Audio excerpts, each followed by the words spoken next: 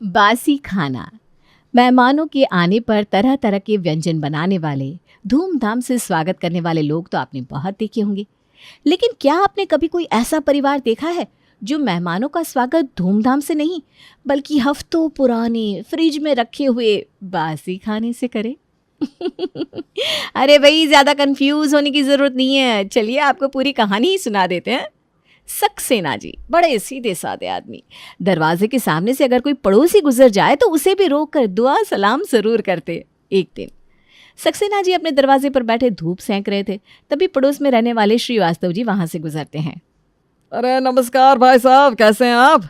चुपचाप दरवाजे के सामने से निकल रहे हैं, क्या बात है? हमसे कोई नाराजगी है क्या? अरे नहीं नहीं भाई साहब, आपके जैसा जेंटलमैन आदमी तो मोहल्ले में और कोई दूसरा है ही नहीं। आपसे भला कोई नाराज़ कैसे हो सकता है? बस हमारा ध्यान कहीं और था, इसलिए आपकी तरफ नज़र नहीं पड़ी। अगर आपको ऐसा लग रहा है कि हम नाराज़गी में आपको इग्नोर करके जा रहे हैं तो चलिए आपकी नाराज़गी दूर कर देते हैं। एक कप चाय पिलाइए, फिर साथ में बैठकर दो चार बातें कर लेते हैं। अरे हाँ हाँ भाई साहब, क्यों नहीं क्यों नहीं। सक्सेना जी श्रीवास्तव जी को लेकर घर के अंदर आते हैं और पत्नी को आवाज़ लगाकर चाय बनाने के लिए कहते हैं। अरे भाई साहब, ये क्या बात हुई? आपने भाभी जी को सूखी सूखी चाय बनाने के लिए कह दिया? भाई जब चाय पिलवा ही रहे हो तो साथ में थोड़ी पकौड़ी वगैरह तो बनवाइए। जी भाई साहब, बात तो ठीक कह रहे हैं आप। खाली चाय पीने का भी कोई मज़ा है क्या? आप रुकिए, मैं अभी श्रीमती जी को कह कर आता हूँ। सक्सेना जी अंदर रसोई में जाते हैं और अपनी पत्नी को चाय के साथ पकौड़ियाँ बनाने के लिए कहते हैं। अरे कमाल करते हैं आप, यहाँ सुबह से रसोई में लगे हैं, हम सास बहू घर के काम खत्म होने का नाम नहीं ले रहे और आप बीच बीच में चले आते हैं ऑर्डर लेकर। देखिए मेरे पास ना फालतू समय नहीं है आपके मुफ्तखोर दोस्तों के लिए। कैसी बात करती हो भाग्यवान तुम? घर आए अतिथि के बारे में कोई ऐसी बात करता है क्या? अरे बड़े भाग्यवान होते हैं वो जिनके घर कोई मेहमान आता है, और तुम जब देखो तब मुंह बनाए रहती हो। अरे कभी किसी को देखकर खुश भी हो लिया करो। बिल्कुल ठीक कहा आपने, मेहमान भगवान के समान होता है, लेकिन भगवान रोज़ रोज़ किसी के घर नहीं आते। आप रिटायर हो गए, घर में खाली है, इसका मतलब ये थोड़ी ना है कि हमारे पास भी कोई काम नहीं है। अरे भाग्यवान तुम भी ना। चलो ठीक है, अभी तुम मेरे कहने से चाय नाश्ता बना दो। अरे भाई साहब क्या सोच रहे होंगे, इतनी देर हो गई मुझे। 2 मिनट का बोल कर आया था उन्हें। आगे से ध्यान रखूँगा, किसी को भी बेवक्त घर पर चाय नाश्ता या खाने के लिए नहीं बुलाऊंगा। अब तो खुश? हाँ आप जाइए, ले आती हूँ मैं। बहू बना दे पकौड़े और चाय। ससुर के जाने के बाद क्यों आप बाबूजी को परेशान करती हैं? चाय पकौड़े तो आपको बनवाने ही थे, फिर क्यों इतनी देर तक उन्हें परेशान किया? अरे बनवाने थे इसका मतलब ये तो नहीं ना कि तुम्हारे ससुर की आदतें बिगाड़ती रहूं। और उन्हें भी तो समझना चाहिए, दिन में 2-3 बार किसी न किसी को पकड़ कर ले आते हैं। किसी को लंच कराओ, किसी को नाश्ता, किसी को चाय। आप जानती है ना माँ जी, बाबूजी कितने सीधे साधे और साफ दिल के हैं। गलती तो हमारे पड़ोसियों की है जो रोज़ रोज़ मुंह उठाकर चले आते हैं बहाने से यहाँ पर मुफ्त का माल उड़ाने के लिए।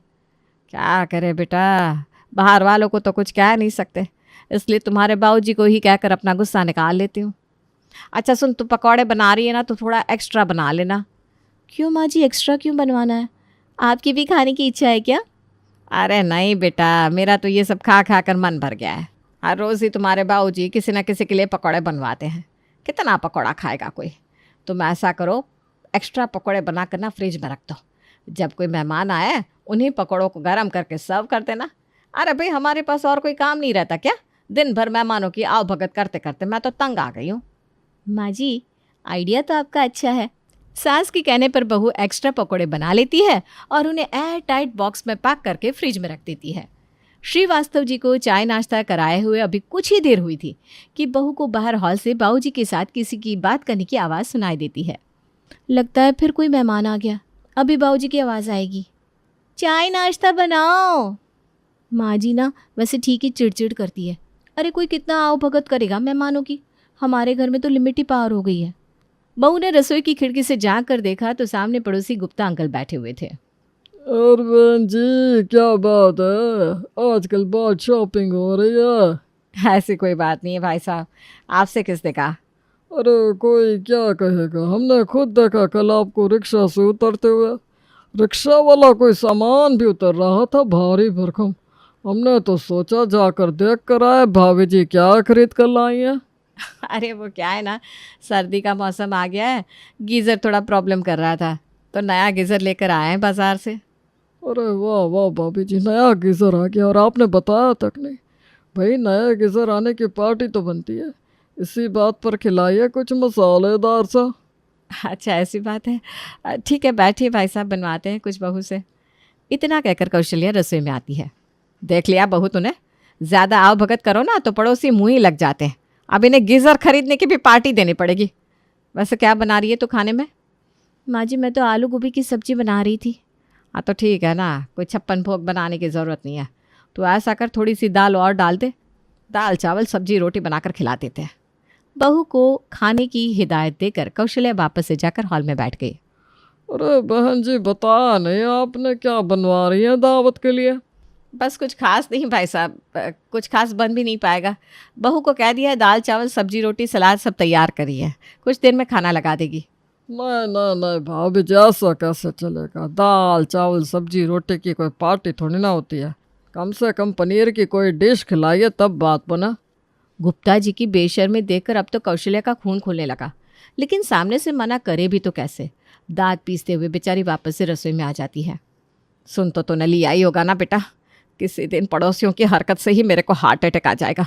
मेरा तो ब्लड प्रेशर ऊपर नीचे हो रहा है। तो पहले मुझे एक गिलास ठंडा पानी पिला दे। आप परेशान मत होइए माँ जी, मेरे पास इस प्रॉब्लम का एक बहुत अच्छा सोल्यूशन है। सोल्यूशन? मुझे भी जल्दी से बता क्या सोल्यूशन है तेरे पास। देखिए माँ जी, 2 दिन पहले पनीर बना था ना हमारे घर, थोड़ा सा फ्रिज में रख दिया था मैंने बचाकर। अभी अभी मुझे याद आया, 1 कटोरी मटर पनीर की सब्जी भी रखी हुई है। आप कहो तो वही सब्जी गर्म करके गुप्ता अंकल के सामने रख दी जाए। ये तूने बढ़िया आइडिया दिया बहू। ऐसा कर, निकाल वही बासी सब्जी, और अब ये जो भाई साहब के नाम का सब्जी दाल मैंने तुझसे बनवाया है ना, बचा हुआ सारा खाना पैक करके फ्रिज में रख देना। अब पड़ोसियों को तो मैं सुधारूंगी। अब दोनों सास बहू ने यही नियम बना लिया था।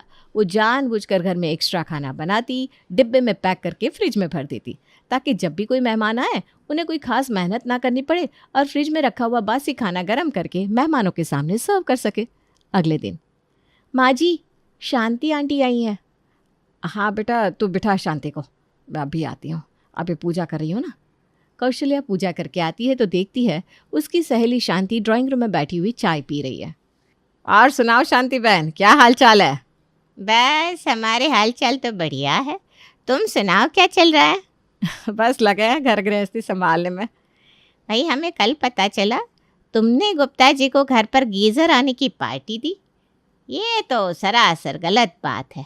इसका मतलब गुप्ता जी तुम्हारे ज़्यादा सगे हो गए और हमारी इतनी बरसों की दोस्ती उस पर पानी फेर दिया तुमने। अरे शांति, तू भी कैसी बात करती है बच्चों जैसी।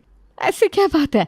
वो तो गुप्ता जी घर आ गए, पार्टी की डिमांड करने लगे, तो हमने भी कहा पार्टी जैसा क्या है, आप बैठिए खाना खिला देते हैं आपको। मुझे ये सब नहीं सुनना। तूने गुप्ता जी को गीजर खरीदने की पार्टी दी है तो मुझे भी तेरी वो काले रंग की जो तूने नई साड़ी खरीदी थी ना उसकी पार्टी चाहिए। हाँ बस हो गया फैसला। अरे बच्चों जैसी बात कर रही है शांति, अब साड़ी खरीदने की भी पार्टी हुआ करेगी क्या? तुझे नहीं खिलाना, साफ मना करते, बहानेबाजी मत कर। दोस्त होते किस लिए हैं? दोस्तों की खुशी में शामिल होने आ गए तो कुछ गलती कर दी क्या हमने? अब तू बता, तू अपनी वो काली साड़ी पहनकर खुश नहीं थी क्या? सहेली की बात सुनकर कौशल्या बेचारी अपना सर खुजलाने लगती है। अजीब मुसीबत हो गई, कोई पड़ोसी गीज़र खरीदने की पार्टी लेने आ रहा है, कोई साड़ी खरीदने की। अब कल को ऐसा ना हो कि हम महीने का राशन खरीद कर लाए और पूरा मोहल्ला पार्टी खाने चला आए। अरे तुझे बुरा लग रहा है तो ठीक है, तुझे भी करवा देते हैं पार्टी। कौशल्या रसोई में आकर बहू से कहती है, बहू कुछ रखा है क्या फ्रिज में? हाँ माँ जी, इसमें पूछने जैसी क्या बात है। जिस दिन से आपने मुझे खाना फ्रिज में बचा कर रखने की परमिशन दी है ना, मैं तो 2 लोगों का खाना फालतू में ही बना रही हूँ। चिंता की कोई बात नहीं है। फ्रिज में दाल चावल आलू गोभी मटर पनीर कढ़ी चावल छोले सब कुछ रखा हुआ है। आप बस फरमाइश करिए कि आंटी को क्या खिलाना है। बहुत बढ़िया बेटा, बस अब यही एक रास्ता रह गया है इन बिन बुलाए मेहमानों से मुक्ति पाने का। ऐसे ही बचा बचा कर खाना फ्रिज में रखती रहा कर। मेहमानों को मना नहीं कर सकते तो क्या, उन्हें हैंडल करने का तरीका तो बदल ही सकता है। और भाई सबको अपने बारे में सोचने का अधिकार होता है कि नहीं? तो ऐसा कर, छोले चावल खिला दे शांति को, छोले में ना जान बसती है इसकी। माँ जी लेकिन छोले तो 10-12 दिन पुराने हो गए हैं। अरे जाने देना, 12 दिन पुराना हो या 20 दिन, अपने को क्या करना है? खाना तो शांति को खिलाना है ना। मुफ्त की पार्टियां लेने का बहुत शौक है ना, तो झेले अब। कौशल्या और उसकी बहू ने अब अपना यही रवैया बना लिया था। वो रोज़ाना जो भी खाना बनाती उसमें से 2 आदमियों का खाना फालतू बनाकर फ्रिज में स्टोर कर देती, और ऐसा करने से अब उन्हें मेहमानों का स्वागत करने में कभी भी उलझन का एहसास नहीं होता था। दिन में किसी भी समय मेहमान आ जाते तो वो दोनों फटाफट उन्हें खाना निकाल कर खिला देती। एक दिन, मम्मी जी, आपके कहने पर मैं खाना बनाकर फ्रिज में तो रख रही हूँ, लेकिन एक मुसीबत हो गई है। क्या हुआ बहू, क्या दिक्कत हो गई? पूरा फ्रिज खाने से भर गया है, और फ्रिज में कुछ चीज़ें तो ऐसी है जो लगभग 1 महीने पुरानी है। अब करें तो क्या करें? अगर ऐसी बात है बहू तो सोचते हैं कुछ इलाज। इतना सारा खाना मैं कूड़े में तो फेंकने वाली नहीं, कुछ इलाज तो सोचना पड़ेगा। दोनों सास बहू अभी खाने को ठिकाने लगाने के बारे में सोच रही थी कि तभी कौशल्या के पति वहाँ आ जाते हैं। मैं पूछ रहा था, आज रविवार का दिन है, कहो तो अपने दोस्त जानकी को आज चाय के लिए बुला लूं। कई दिन हो गए भाई, उससे मिले भी नहीं, लेकिन तुम्हारी चिड़चिड़ करने की आदत के कारण से हम किसी मित्र को अपने घर बुलाने में भी अब डरते हैं। देखो तो ज़रा, बातें तो ऐसे बना रहे जैसे कभी किसी को लेकर आते ही नहीं। अब रहने दीजिए, मेरा मुंह मत खुलाइए। ठीक है, बुला लीजिए अपने दोस्तों को, मुझे कोई दिक्कत नहीं है। क्या बात है, आज तो तू ना गुस्से हुई ना ही तूने तरह तरह के मुंह बनाए, बड़ी आसानी से मेरे दोस्त को बुलाने के लिए मान गई। देख रहा हूँ आजकल तुम दोनों सास बहू मेहमानों के आने पर गुस्सा नहीं होती, चक्कर क्या है? जब मैं गुस्सा होती थी तब इस बात से परेशान थी कि मैं गुस्से में क्यों रहती हूँ। अब खुशी खुशी दोस्तों को बुलाने के लिए कह रही हूँ, तब भी मुझ पर शक कर रहे हो। अच्छा सुनो, ऐसा करो, आज ना तुम सिर्फ जानकी भाई साहब को बल्कि अपने अड़ोस पड़ोस के सारे लोगों को बुला लो। आज शाम को हमारे यहाँ पार्टी है। अरे भाग्यवान, तुम तो सीधे मुंह किसी को एक कप चाय भी ना पिलाओ। पार्टी किस खुशी में दे रही हो? मैंने कहा ना, आपको ज़्यादा दिमाग लगाने की ज़रूरत नहीं है। बस आप सबको पार्टी के लिए इनविटेशन देकर आ जाओ, बाकी मैं और बहू देख लेंगे। पत्नी के कहने पर सक्सेना जी पड़ोस के सभी लोगों को बुलाने के लिए चले जाते हैं। क्या बात है भाई साहब, आज तो आप बिना मांगे ही पार्टी देने के लिए इनवाइट करने आ गए। कुछ खास बात है क्या आज? अरे कोई खास बात नहीं है, बस आज हमारी श्रीमती जी ने कहा कि काफ़ी दिन हो गए पड़ोस के लोगों के साथ गेट टुगेदर नहीं हुआ, तो इसीलिए हम आपको इनवाइट करने चले आए। पार्टी का नाम सुनकर सक्सेना जी के चटोरे पड़ोसियों के मुंह में पानी आ जाता है। वो सब तो वैसे भी 1 नंबर के मुफ्तखोर थे, इसलिए शाम के समय सभी लोग सक्सेना के घर पहुंच जाते हैं। वाह बहन जी, आपने तो आज दिल खोल कर खर्च किया है, इतनी सारी डिशेस। हाँ बहन जी, हमने सोचा कि जब सबको बुला ही रहे तो थोड़ा थोड़ा सबकी पसंद का खाना बना लेते हैं। बहुत मेहनत की है मेरी बहू ने और मैंने, कई दिनों मेरा मतलब है कई घंटों की मेहनत के बाद जाकर सब तैयार हुआ है। चलिए अब आप सब लोग ना जल्दी से खाना खाइए और खाकर बताइए कैसा लगा। टेबल पर खाने की दर्जनों डिशेस देखकर कॉलोनी के सभी लोग हैरान थे। कोई कढ़ी चावल खाकर अपनी भूख मिटा रहा था, कोई छोले चावल खाकर अपनी उंगलियां चाट रहा था। कुछ ही दिन में सभी लोग डिनर करके अपने अपने घरों की तरफ निकल गए। बहन जी, बड़े दिलदार लोग हैं आप। अरे कौन किसी को अपने घर पर बुलाकर दावत करता है, और दावत तो ठीक, ये इतनी वैरायटी का खाना बनाने के लिए भी हिम्मत चाहिए और पैसा भी। लेकिन हमारे सक्सेना जी कभी खिलाने पिलाने से पीछे नहीं हटते। मोहल्ले के लोग सक्सेना और उनके परिवार की तारीफ करते थक नहीं रहे थे। सभी लोग अपने अपने घर लौट जाते हैं। देर रात तकरीबन 12 बजे पड़ोस में रहने वाले श्रीवास्तव जी के पेट में जोरदार मरोड़ शुरू हो जाता है। बार बार टॉयलेट की तरफ भागने के बाद भी सुबह के 5 बजे तक उनकी हालत बिल्कुल पस्त हो चुकी थी। आंखों के नीचे काले गड्ढे पड़ गए थे, चेहरा एकदम पीला हो गया था। सक्सेना जी के यहाँ दावत खाने के बाद ये हाल सिर्फ श्रीवास्तव जी का नहीं हुआ था, उसके अलावा बाकी के लोग जो पिछली रात को दावत खाकर वाह वाह कर रहे थे, सबका एक जैसा ही हाल था। सुबह 5 बजे पूरी रात बाथरूम की तरफ दौड़ लगाते लगाते अब तो मेरी आंखों के आगे अंधेरा सा छा रहा है। अरे सत्यानाश हो जाए इन सक्सेना का, पता नहीं खाने में क्या मिला कर खिला दिया जो मेरी ये हालत हो गई। अभी मैं माला को फ़ोन करके पूछती हूँ, उसके साथ भी वही हुआ है क्या जो मेरे साथ हुआ। शांति माला को फ़ोन लगाती है। उधर माला की भी कांपती हुई सी आवाज़ सुनाई देती है। क्या बात है माला, तेरी तबीयत तो ठीक है ना? आवाज़ इतनी कांप क्यों रही है? क्या बताऊँ, कल से जब से उनके यहाँ से दावत खाकर लौटी हूँ हालत ख़राब है। रात भर मैं कितनी बार टॉयलेट गई हूँ मुझे तब गिनती भी याद नहीं। क्या बात कर रही है, मेरी भी बिल्कुल तेरे जैसी ही हालत है। अरे सक्सेना ने खाने में कुछ मिलाकर खिला दिया क्या हम लोगों को? गलती तो हम लोगों की है ना, हमने ज़रा भी गौर नहीं किया। अरे 2 लोग हैं उनके घर में पकाने वाली, और खाना उन्होंने कम से कम 20 तरह का बना रखा था। मुझे तो लगता है सब महीने भर का बासी खाना था, जिसे ख़त्म करने के लिए उन्होंने बेवजह हम लोगों को बुलाकर पार्टी दी और अपनी मुसीबत हमारे गले बांध दी। मैं तो कसम खा रही हूँ भाई, आज के बाद इन लोगों के यहाँ कभी भी दावत तो क्या, चाय पीने के लिए भी नहीं जाऊँगी। बात तो तुम ठीक कह रही हो माला बहन, वाकई बड़े बेशर्म लोग हैं। मैं तो इनके घर की तरफ देखूंगी भी नहीं, खाना तो दूर की बात है। कुछ दिन बाद नमस्कार बहन जी, कैसी हैं आप? क्या बात है, आजकल आप चाय पीने भी नहीं आती। कौशल्या ने नया फ्रिज लिया है, पार्टी तो बनती है। कैसी बात करते हैं भाई साहब आप? अब फ्रिज खरीदने में पार्टी देने जैसी क्या बात है? वैसे भी मुझे अभी घर में काम है, मैं आपसे बाद में मिलती हूँ। इतना कहकर माला वहाँ से रफू चक्कर हो जाती है।